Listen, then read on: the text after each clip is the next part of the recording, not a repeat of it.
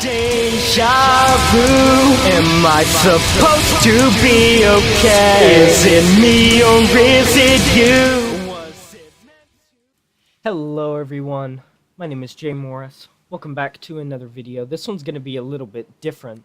In this one, I'm going to be doing my very first album review.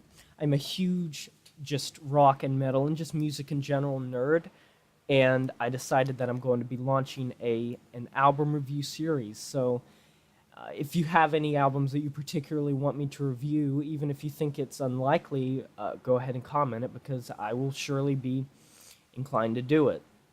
So today, we're going to be starting out with my favorite band and my favorite album by them. The album is Drift. The band is Erra. They were named after the Akkadian god of plague, if I remember correctly, and I know they said it in an interview once. But basically, Erra is a progressive metalcore band / gent band from Birmingham, Alabama. They were formed in 2009, and they have went through some dramatic lineup changes.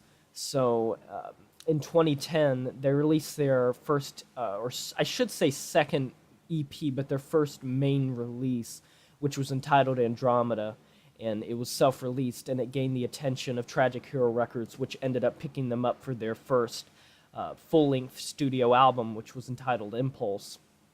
But before that, they also released a self-titled EP in, I believe, 2009, 2008, or 2009. I'm pretty sure it's 2009.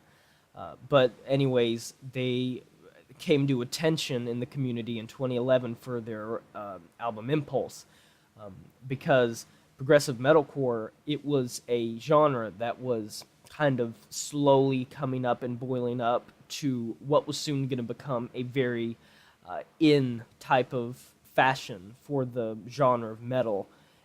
It is a subgenre. It takes elements from progressive rock and progressive metal, which would be the time signatures, the very long tracks, a lot of times deeper lyricism, just the almost spacey, atmospheric feel to the music, and combining it with the extremity and the just crushing sound of metalcore as a whole. So you can kind of understand that it would have the breakdowns, and it would have the chugging and the just amazing riffs. But Erra really takes it to another level. On Impulse, a lot of people give them some flack for that album, for it sounding too together, like it blends too much together, and I can understand that. I can. I think that some of the tracks do sound somewhat similar, but I swear the guitar work is enough to keep even the most, I don't even know what you would want to call them, the most the most haters away. It would keep them there just for that, because it's hard to say that these guys do not have talent. The current lineup consists of Alex Balu, Jesse Cash, Sean Price, and JTKv. They have had 3 different vocalists, or I should say 3 harsh vocalists. Jesse Cash has always done the clean vocals on this album and in this band in general, and he catches a lot of flack for having a much higher register. He sings in an almost, I don't want to call it whiny sounding, but it's very, very high, and it's something that is not always so prevalent in the progressive metalcore or the metalcore in general community. A lot of times metalcore has a very edge to it, no matter if it's the clean singing or the harsh singing or the growls and screams. But Jesse Cash, some of his notes and his register in general is just very interesting for the genre, and another kind of spearheading leader of the progressive metalcore, and especially the gent subgenre, is Periphery. I would compare Jesse Cash's vocals to the lead vocalist from Periphery. I don't listen to much Periphery, so I don't remember his name off the top of my head, but I have listened to some of their albums, and Jesse Cash and him have very similar types of vocal styles. But I have to say, Drift really built upon the fact that they had lost vocalists and that they had lost members, and they really ran with a more melodic side. Erra has always had a melodic side, from Impulse to Augment, which Augment is phenomenal. It is, I will most likely review that one in its own video, because it is just that, it's phenomenal. It's amazing. Most of the people say that Augment, most of the people that listen to Erra say that Augment is their favorite album from Erra, and I can understand that a lot. I listen to Augment on a weekly basis easily. Usually I listen to all of Erra's albums on a weekly basis. I mean, they're my favorite band. They've been my favorite band for a while. But Drift, well, I should mention that before Drift, they released an EP, their third EP, called Moments of Clarity, which is a little 5-track EP that was also released on Sumerian Records, just like all their releases after Moments of Clarity to Drift, and whatever the next album will be Sumerian Records. Everything before that was Tragic Hero Records or self-titled, self-released. But Ian Eubanks, if I remember, Ian Eubanks, he was the vocalist for Moments of Clarity, and he had some vocal issues, so he had to step down. And it was right around, ironically, it was right around the time that JTKv's band that he was the lead vocalist for at the time, Texas in July, which is another metalcore band, it was around the time that they disbanded. That was in 2015. And Moments of Clarity, that was released in 2014.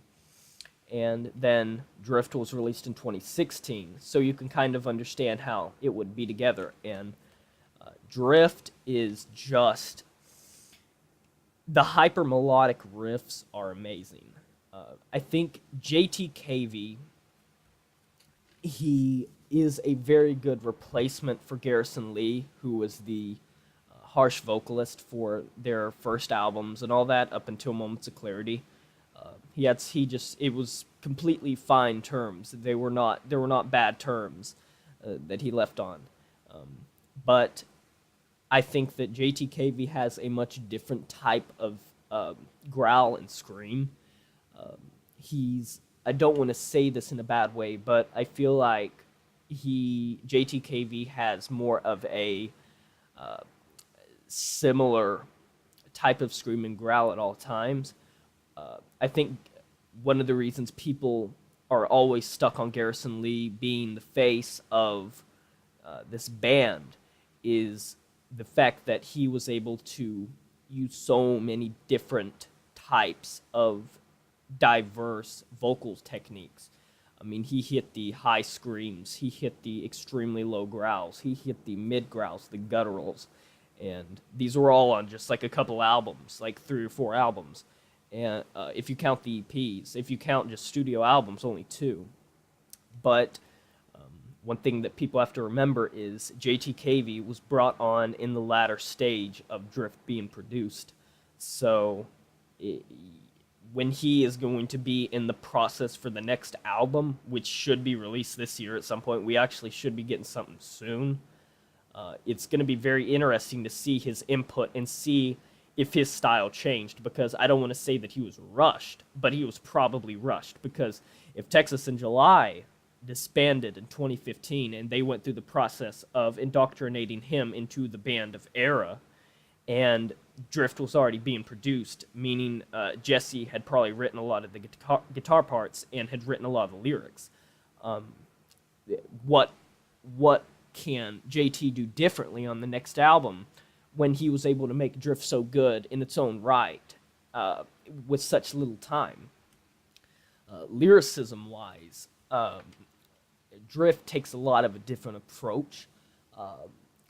on Impulse and on Augment, Garrison Lee was the primary songwriter. Jesse wrote, all of the band members, as far as I know, helped write the songs. But Garrison was like the main force that drove the lyrics home. And if you read some of the lyrics to songs like Seven off Impulse, or Hybrid Earth off Augment, or Alpha Seed, or Dementia, they all have very mythological, spacey type lyricism. They're very deep. They're not what you would consider to be in a band that was of this genre. And I don't want to lump it all together and say that every band has certain types of lyrical meanings. Each band is going to reflect their own beliefs. But Erra really, they changed with Drift. Drift has more of a personal feel and a more of a humanistic feel. I feel like some of the lyrical meanings are things that people can really relate to. I mean, you look at a song like Skyline or like Orchid, it's just, it really jumps out at you like it's truly a great lyrical album. As always, they have amazing riffs. They have amazing guitar work. They have great drum work. They have great vocalists. And Erra is the type of band that you've got to have respect for, because not only did they pull through with a really damn good album, they did so after suffering from a really harsh loss twice. So they rebuilt, and it really goes to show their dedication to their music. But let's just jump into the tracks. I won't talk too long about each, but I will try to give each one their own little section. So it's a 10-track album. It runs about 43 minutes. I'm wanting to say 43-ish minutes, 44 maybe. It's in the 40s, early 40s. So for 10 tracks, they're all pretty long. And one thing that I can note is Augment had a really long track as the end. You might remember Dementia. It was a 7-minute track, like a 7-minute, 28-second track. And that's kind of the progressive side bleeding in, because if you look at a lot of progressive rock and metal bands, even from the old days, if you take a band like Pink Floyd, who was one of the main progressive rock and the psychedelic leaders of that time, that spawned a lot of bands that came after them and a lot of songs that came after them. It's not weird for progressive music to have long tracks. On this album, both of the last two tracks are both pretty long, and that'd be Safe Haven and The Hypnotist, but we'll talk about those later. So, starting off, Luminess. I'm going to be honest, Luminess is my favorite song off the entire album. Every time I hear it, I just smile. There are times that I come back to the album just to listen to Luminess. I think that it really encaptures the sound of Drift. I think that it really speaks about how the album came out. And I think it sounds amazing. The intro riff the riff that repeats itself throughout the song, you know what I'm talking about, the intro that's like, it repeats itself throughout the whole album. I mean, excuse me, not the whole album, the whole song. And that sticks in my head, that intro. I remember Luminess, it was the first song I ever heard from Erra. And it really hit home that this was an amazing band right off the bat for me, because it really caught my ears. I really like the lyricism too. I'm not gonna lie. From a lyrical standpoint, it's a great song. From the playing, it's a great song. I love Jesse's vocals on this entire album, but Luminess really showcases his ability to just carry a song. JT has a lot of moments in this song and in this album, but Jesse just seems to get better and better with time. But yeah, number 2, Irreversible. I'm going to, this is an unpopular opinion because a lot of people, from what I've heard, say that Irreversible is their favorite song on the album or one of their favorite songs, and that if you are getting someone into Erra or want someone to check out this album, that they check out Irreversible. And while it is a telltale of Erra's sound, I don't think that this is one of the strongest songs on the album. I love every song. There isn't a song on this album that I consider to be mediocre, that I skip or whatever. Irreversible's lyrics are good. The playing's good. I just feel like Irreversible's guitar work and drum work doesn't stay in my head quite like some of these other tracks like Luminess and some of the ones we're going to be talking about later. But I think that Irreversible is a good song. It's only the second song, and it's not even that super long, so I like it. Number 3, Skyline. This is another one of my favorite songs and on the album, and one of my favorite songs in general, along with Luminess. Skyline has something that is going to be a running theme throughout this album, and it started with Luminess.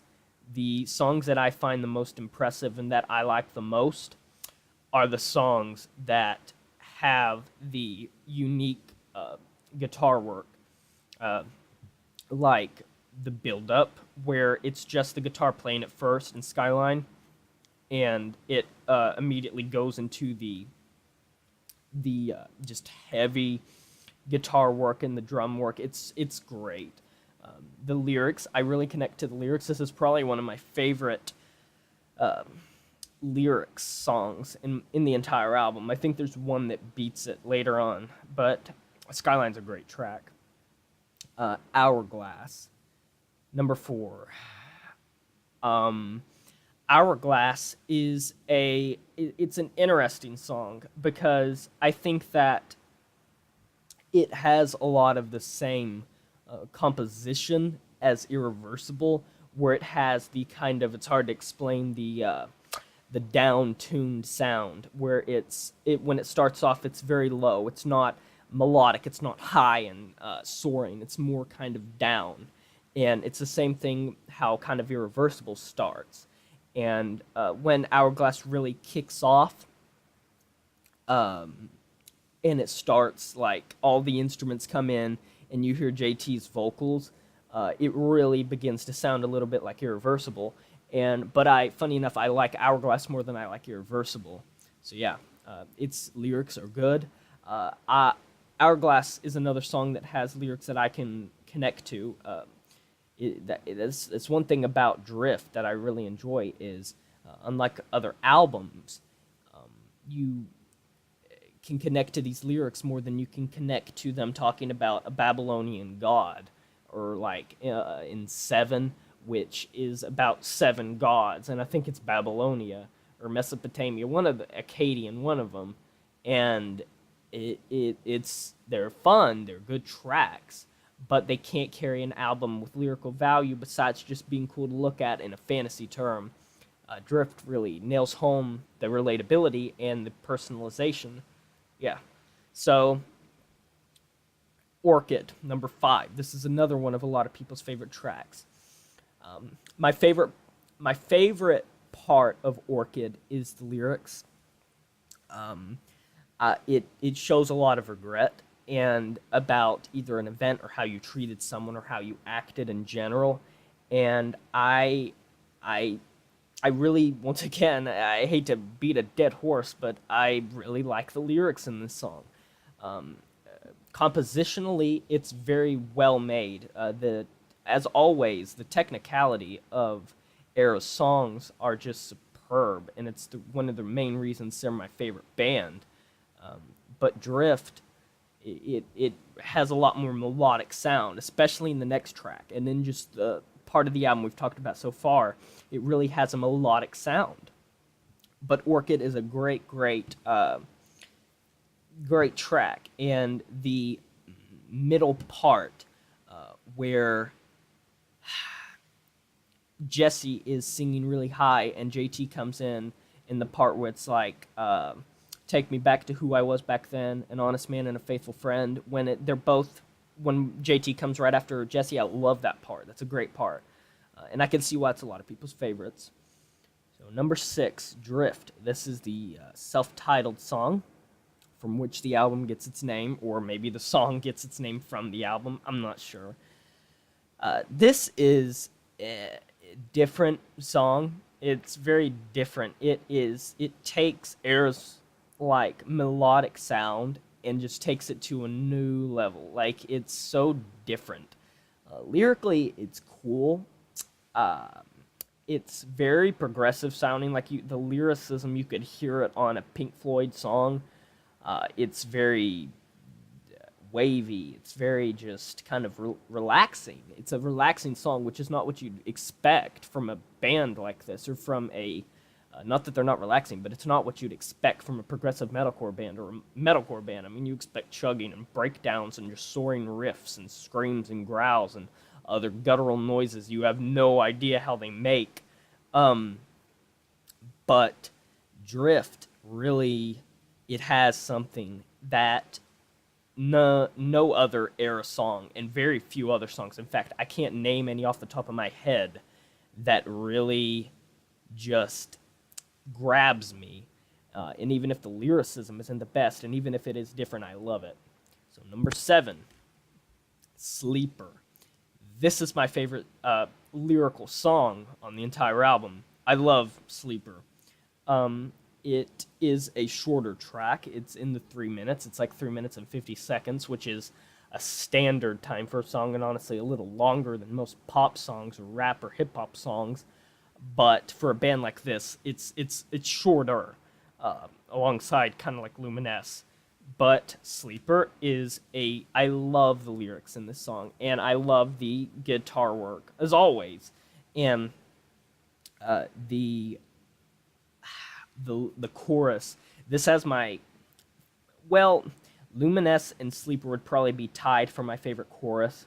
I love both the choruses, and Sleeper has a great chorus. I love this song so much. It is my top 3 favorite songs would be Luminess would be number 1, Skyline would be 2, and Sleeper would be 3. Although, depending on how I'm feeling, Skyline and Sleeper could be interchanged because they have different moods and feels. Number 8, Continuum. This is just Erra. This is Erra. This is an Erra song. Like, this is everything that you would expect from Erra that makes them good without being monotonous or repetitive. Continuum is very just, it has crushing riffs, it has the amazing drum work, it has Jesse's amazing vocals, it has JT just giving these screams and growls, and it's just a great, great track. The lyricism reminds me a lot of kind of something like Skyline or Hourglass, where it's very deep. It has some deep meaning in it if you look far into it. I very much suggest reading along with the songs with the lyrics. Number 9, Safe Haven. Okay, so I think that Safe Haven is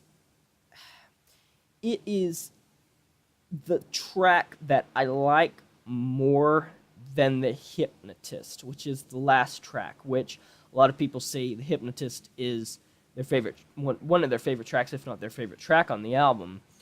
If Safe Haven would have been interchanged with the Hypnotist and would have been last, I would have been perfectly fine with that. I mean, I like Safe Haven a lot. I like the lyrical meaning and value. I like the guitar work. Safe Haven is just a really, really good song. It's a lot like Continuum, where it's an Erra song, and it's a really long Erra song. You could really see it, Garrison Lee doing the vocals of the track to the lyrics, in it being on Augment. Maybe not Impulse, but definitely Augment. And then the final track, The Hypnotist. I love the guitar work in this song. That's the one thing that I don't mind about it being the last song.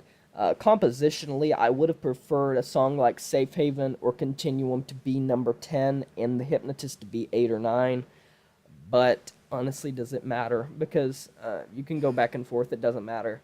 The Hypnotist is a great song. I love the lyrics in it. Just like, I mean, this entire album has just some amazing lyrics, very thought-provoking lyrics, very personalized lyrics, and lyrics that people can understand and relate to.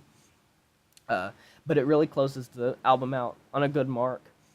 So overall, I hate to start the review series off with a 10, but Erra's Drift has to get a 10 for me. And maybe it's biased, maybe it's me being biased, but it is just a fantastic album. It is a hell of a good listen. Definitely listen to it. Listen to it with headphones. Listen to it all the way through, because there are just a lot of times with albums, whether it be metal, pop, rock, rap, hip-hop, whatever you want to say, jazz, R&B, whatever, there's usually songs that you want to skip because they're just not as good as some others. But Erra is a band where their tracks, you can listen to an entire album. Now, some would argue with Impulse that they get tired, but Augment and Drift are just amazing. They did an interview. Jesse Cash and JTKv did an interview when they were playing, I believe, in Cologne in Germany. And they did an interview with a girl that was from some news station, and she was talking about a possible new album. It's written and it's recorded, I'm pretty sure. And they said January or February would be when it would release. So that's something to look forward to. Or at least that's when you'd hear something. Well, February's almost over, so I don't think that's going to happen. But probably March or April, I'm hoping. It makes sense. Drift was released in April. I'm wanting to say April the 8th. Yeah, okay, April the 8th. So that makes sense. But yeah, Nick Sampson produced it, and yeah, I give this album a perfect 10 out of 10. If you like the video, be sure to give it a thumbs up, like, subscribe, share it with your friends, leave a comment, tell me what albums to review. I have a lot in mind, but albums that I know a lot about, but if you have any ideas, then let me know. And until then, I'll see you next time. But until then, guys, my name is Jay Moore saying farewell.